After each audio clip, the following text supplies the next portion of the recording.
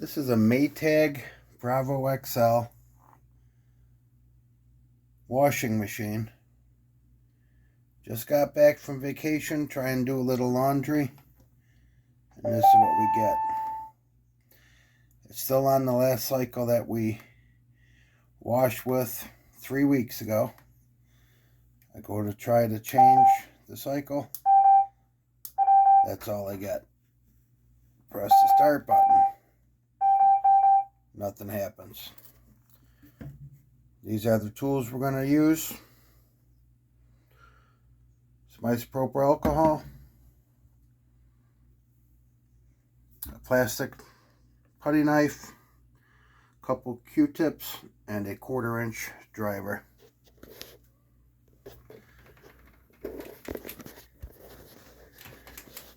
We're going to start by taking off 4 screws. 1, 2, 3, 4. Then this back panel will pull off, and I'll just kind of let it dangle on the water lines. Okay, so there were 5 screws.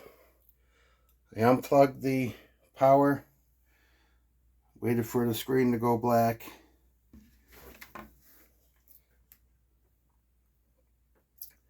Then I'm just going to take the putty knife,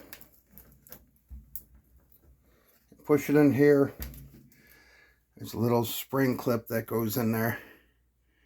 I'm going to loosen that side. I'm going to come over and loosen this side. Okay, so in here you can see all these copper connectors are corroded. So I have alcohol on my Q-tip. I'm going to clean it. You can see it already coming clean. I'm going to clean that square, this square, those 4 rectangles. Okay, so I used 6 ends of Q-tip, 3 Q-tips, both ends. Cleaned it up, dried it with a 4th Q-tip, blew on it. Then I wrote a little note.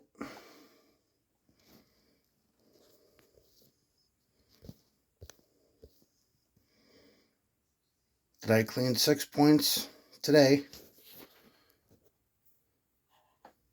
Those 4 little dots being the 4 vertical brass tabs and the 2 squares. And other people on YouTube have put nail polish on it, a silicone sealer over the top. I just figure if it goes bad again, I want to be able to clean it. We do probably 5 or 6 loads a week. The machine's probably 5 or 6 years old. It only takes about 15 minutes to take this thing apart to clean it. So I'm going to leave it just the way it is. Put it back together. So before I even do anything, I'm going to put it back together. Just loose. Turn it on. Switch to a different cycle. Everything works. No reason to press the start sign. That wasn't even an option before. So a few Q-tips, some isopropyl alcohol.